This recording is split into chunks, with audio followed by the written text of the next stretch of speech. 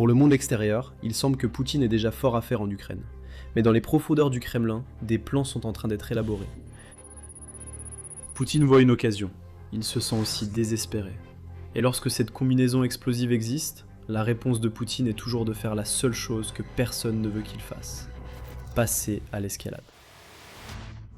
Une escalade sans précédent est à venir.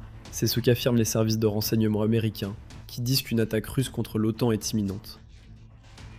Nous allons expliquer pourquoi et à quoi pourrait ressembler cette attaque dans cette vidéo, mais d'abord, voici ce que nous avons découvert grâce aux renseignements eux-mêmes. La nouvelle est tombée le 8 août.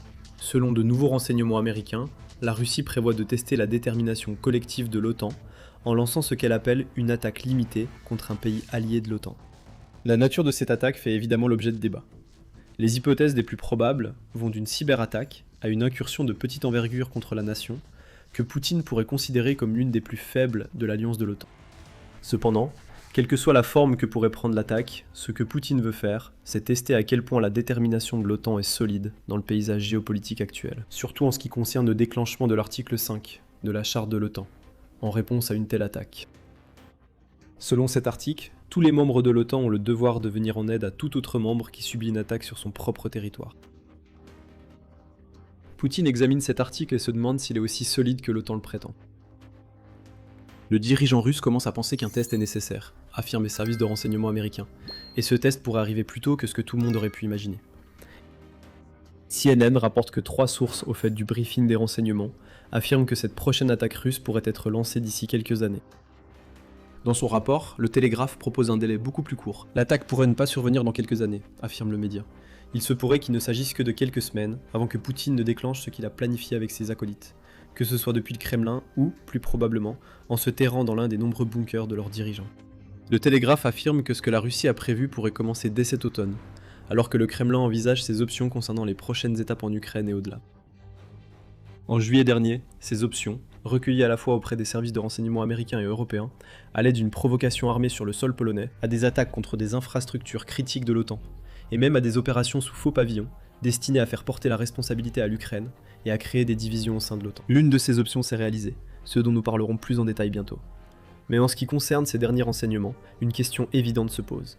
À quoi ressemblera réellement le grand test de la Russie envers l'OTAN ?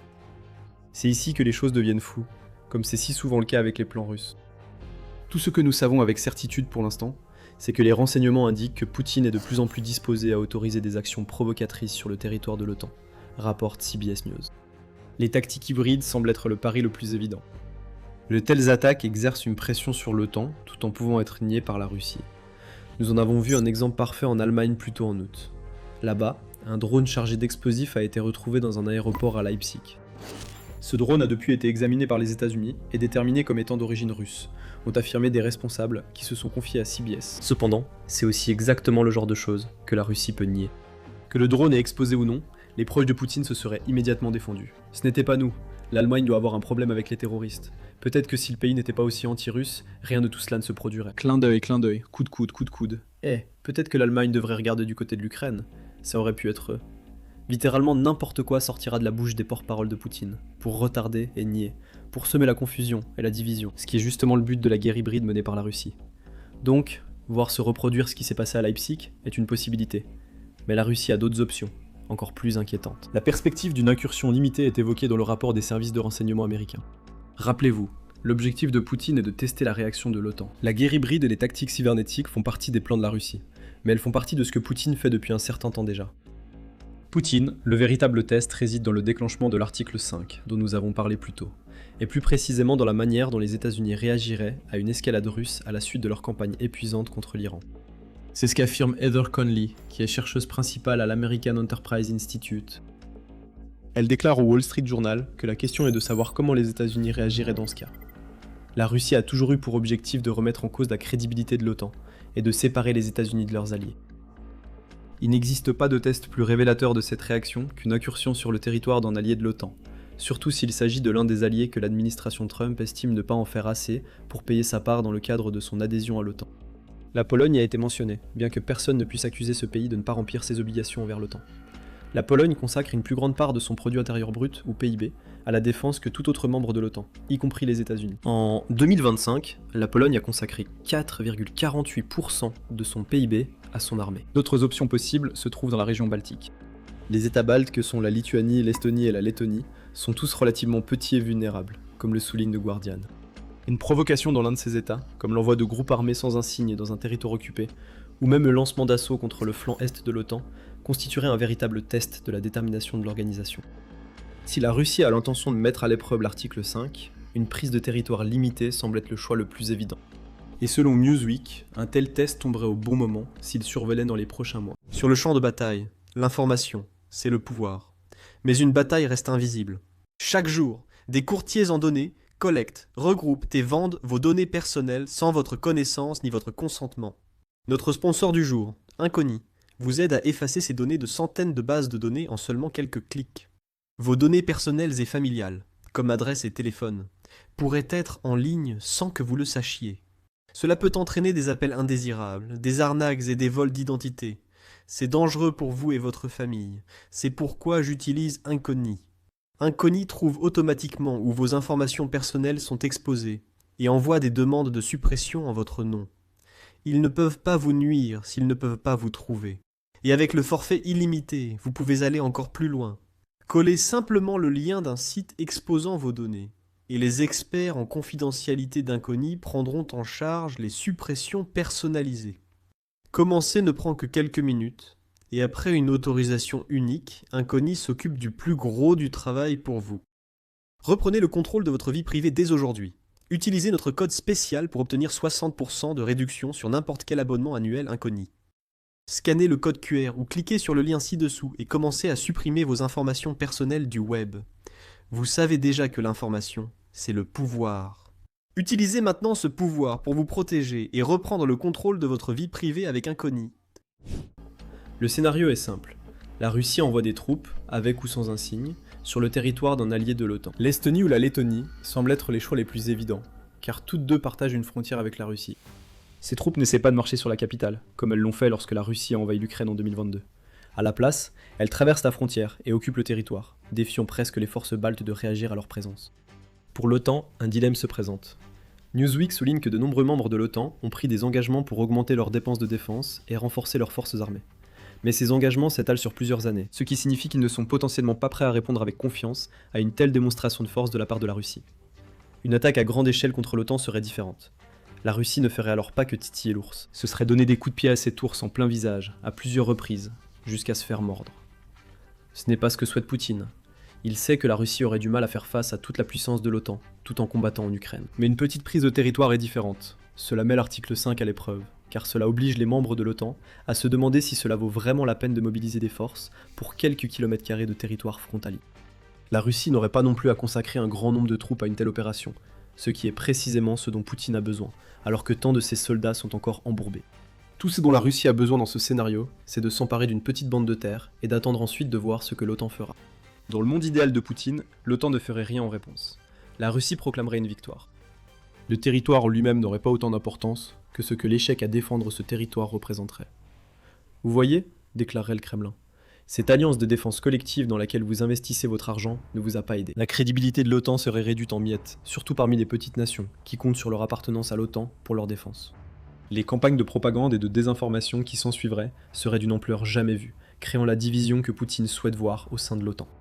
Peut-être que tout cela semble irréaliste. Cependant, les services de renseignement américains soulignent essentiellement que Poutine pense avoir plus d'options sur la table qu'à n'importe quel autre moment depuis qu'il a lancé son invasion de l'Ukraine.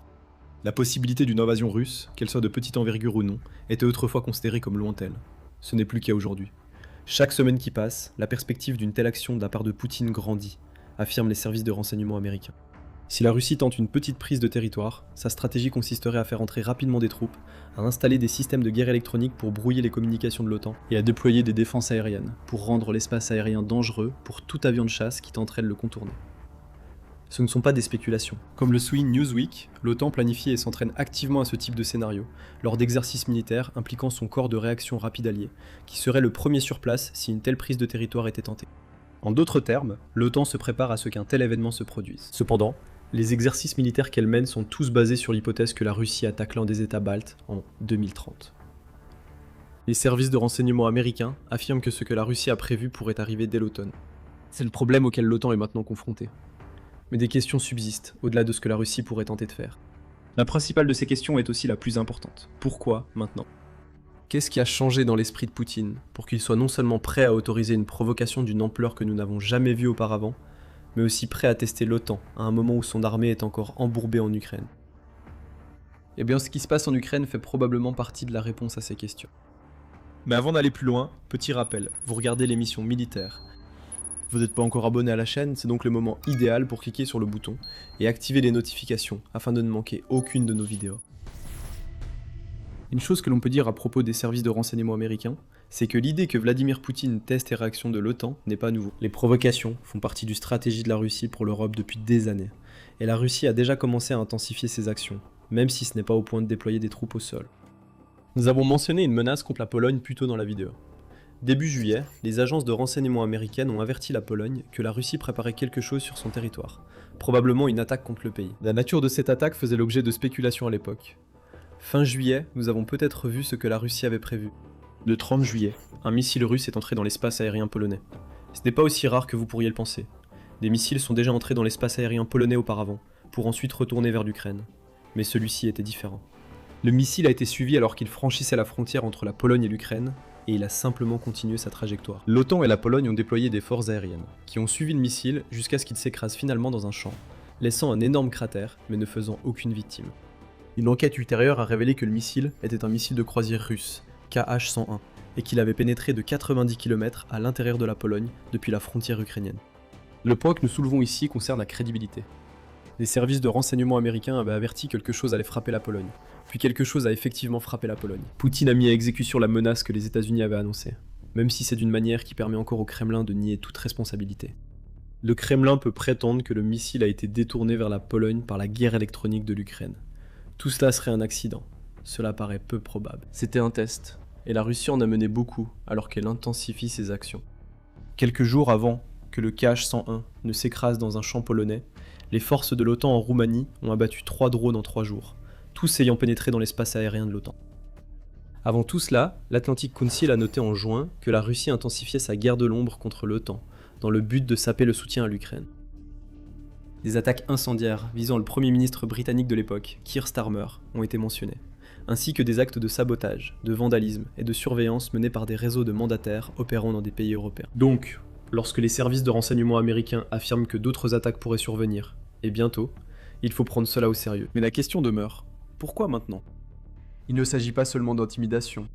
C'est tout ce qui intéresse Poutine, et le genre d'attaque hybride que nous venons de mentionner suffira à la Russie. Mais Poutine cherche à intensifier les choses. Et l'une des raisons, comme l'a suggéré l'ancien ambassadeur américain auprès des Nations Unies, John Bolton, en s'exprimant sur CNN, est que Poutine pourrait percevoir une certaine crainte du côté américain. Eh bien, je pense qu'il observe de très près l'administration Trump en Iran, et ce qu'il perçoit, c'est de la peur, dit Bolton, ajoutant « La peur que Trump se trouve dans une situation où il n'a pas de solution immédiate au problème des prix de l'essence à la pompe pour les consommateurs américains. » Bolton souligne que les élections de mi-mandat sont dans seulement quelques mois, et que les États-Unis sont toujours impliqués en Iran. La peur en question concerne le fait d'entrer dans un autre conflit, si près des élections de mi-mandat. Si la Russie frappe à l'automne, les États-Unis font face à un dilemme. Si l'article 5 est déclenché, Trump pourrait craindre d'offrir le type de réponse que les États-Unis sont tenus de fournir en vertu de leur obligation envers l'OTAN. Car entrer dans une seconde guerre, alors qu'ils sont toujours engagés dans une guerre dont il avait promis qu'elle serait déjà terminée, pourrait être une condamnation politique à mort pour l'administration Trump. Dès le mois d'avril, Bloomberg affirmait que l'opération Epic Fury avait fini par donner aux États-Unis une image de faiblesse aux yeux de leurs adversaires, surtout après qu'un cessez-le-feu initial ait été conclu. Le choc et l'effroi de la campagne aérienne ont peut-être été impressionnants, mais cela n'a pas permis d'obtenir un résultat face à un régime prêt à camper sur ses positions. De plus, les États-Unis ont épuisé une grande partie de leur stock de missiles en Iran, et il est peu probable qu'ils veuillent entrer dans un nouveau conflit avec la Russie, même si l'article 5 est déclenché. Poutine voit tout cela, et peut-être qu'il sait qu'il a une opportunité de frapper tant que le fer est chaud, alors que les États-Unis sont peu enclins à l'idée de s'embourber dans une nouvelle guerre. Cependant, il y a autre chose en jeu ici. La peur joue certainement un rôle dans ce que Poutine a prévu. Cependant, ce n'est pas seulement la crainte des États-Unis de se retrouver impliqués dans une seconde guerre qui occupe l'esprit du dirigeant russe. Si des services de renseignement américains ont raison et que Poutine prépare quelque chose allant jusqu'à, et potentiellement y compris, une annexion territoriale, Alors c'est aussi un signe que Poutine craint son propre peuple. Il est désespéré parce qu'il a promis à la Russie une victoire facile en Ukraine, qu'il n'a pas tenue, et qu'il a maintenant besoin de quelque chose pour détourner l'attention de son échec. Dans ce scénario, l'OTAN est la diversion idéale, le grand méchant loup que Poutine va provoquer afin de justifier l'escalade de la campagne militaire de la Russie. L'ancien secrétaire à la défense des États-Unis, Léon Panetta, déclare à CNN que ce qui se passe en Ukraine pourrait expliquer son désir d'intensifier la provocation contre l'OTAN. Je pense que Poutine est frustré parce qu'il ne trouve pas d'issue pour gérer la situation en Ukraine, déclare Panetta, ajoutant qu'il a essuyé pas mal de revers, et je pense qu'il cherche d'autres moyens d'afficher l'agressivité de la Russie. En d'autres termes, Poutine a besoin d'un coup de force qui montre au monde, et à son propre peuple, que la Russie reste une menace. Ce coup de force est nécessaire à cause du terrible état de l'offensive russe en Ukraine. Malgré le lancement d'une vaste offensive terrestre au printemps et en été en Ukraine, les gains de la Russie ont été minimes. En fait, la Russie a même perdu respectivement 116,01 et 281,1 km² de territoire en Ukraine en avril et en mai, selon l'Institute for the Study of War, ou ISW. La Russie a réussi à renouer avec les gains en juin et en juillet, mais elle n'a récupéré qu'un peu moins de 70 km² au cours de ces 2 mois, rapporte ISW. Et le début du mois d'août ne s'annonce guère meilleur. Poutine a intensifié les frappes aériennes de la Russie contre l'Ukraine pour compenser cette progression lente, profitant du fait que l'Ukraine manque d'intercepteurs de missiles balistiques pour cibler les civils du pays. Une frappe nocturne en août a tué 2 autres personnes et en a blessé 13. Ce ne sont pas des victoires militaires pour la Russie, mais c'est tout ce que Poutine peut montrer pour sa campagne désastreuse en Ukraine en ce moment. Le problème avec Poutine, c'est que le désespoir ne le pousse pas à reculer. Les révélations contenues dans la dernière série de renseignements américains en sont la preuve. Le président russe est le plus dangereux lorsqu'il est acculé. Il est bien plus susceptible de réagir violemment que de se soumettre. Et lorsque s'en prendre à l'Ukraine ne fonctionne pas, Poutine cherche d'autres cibles. Il a besoin de distractions pour empêcher son peuple de penser au fait que la Russie subit plus de 30 000 pertes par mois en Ukraine. Il veut qu'ils ignorent l'odeur de carburant brûlé causée par les frappes ukrainiennes sur les raffineries et la hausse des prix dans les magasins. Poutine a besoin de soutien pour son agression, et une provocation contre l'OTAN pourrait être le moyen d'y parvenir. Poutine veut tester l'OTAN, mais il ne verrait pas d'un mauvais œil si l'OTAN répondait par la force. Cela lui donnerait la justification dont il a besoin pour intensifier le conflit. C'est pourquoi la guerre en Ukraine commence à déborder au-delà des frontières ukrainiennes. Poutine joue gros, mais il a le sentiment d'avoir une main gagnante dans tous les cas.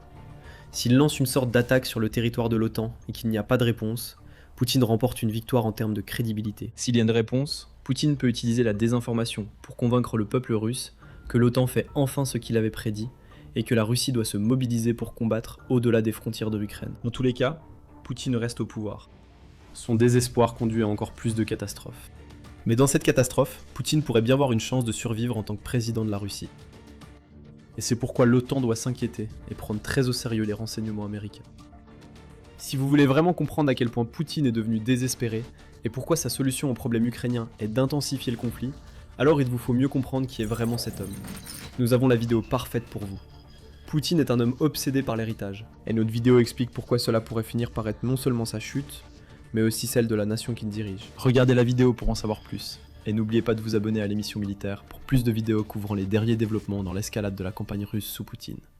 Et merci de nous avoir regardés.